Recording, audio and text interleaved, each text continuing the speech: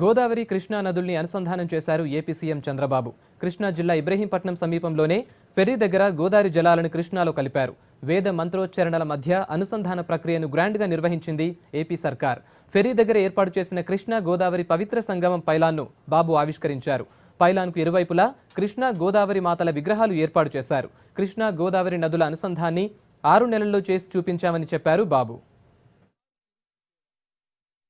ఈ రోజటి నుంచి ఈ ప్రాంతం ఒక పవిత్రమైన సంఘంగా చరిత్ర ఉన్నంత వరకు భారతదేశంలో బ్రహ్మాండంగా రాణించే విధంగా తయారవుతుంది.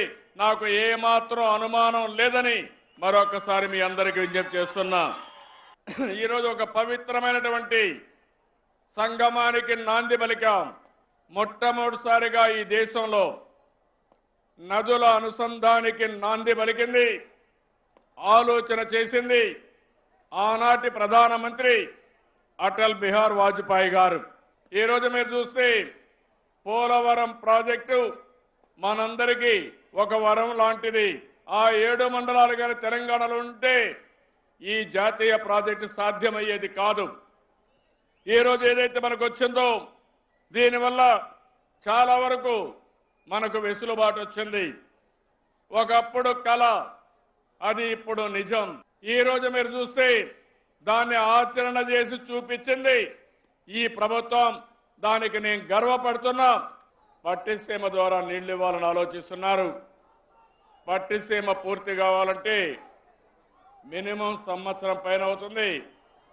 అదే మాదిరిగా కాలువలన్నీ పూర్తి కావాలంటే ఇంకా సమయం పడుతుంది. ఇది అసాధ్యమేమో ఆలోచించమని హరిబాబు గారు నాకు చెప్తే నేను అన్నాను, హరిబాబు గారు మీరు చెప్పిన సమస్యలు ఉన్నాయి, కానీ అసాధ్యాన్ని సాధ్యం చేసే ఆలోచన నేను చేస్తున్నా. ఇది తప్ప వేరే మార్గం లేదు, తప్పకుండా చేస్తామని ఆ రోజు వారితోనే అన్నాను. ఆ మాట సాధ్యం చేసిన దానికి నేను గర్వపడుతున్నానని చెప్పి కూడా మరొక్కసారి మీ అందరికీ విజ్ఞప్తి చేస్తున్నాను.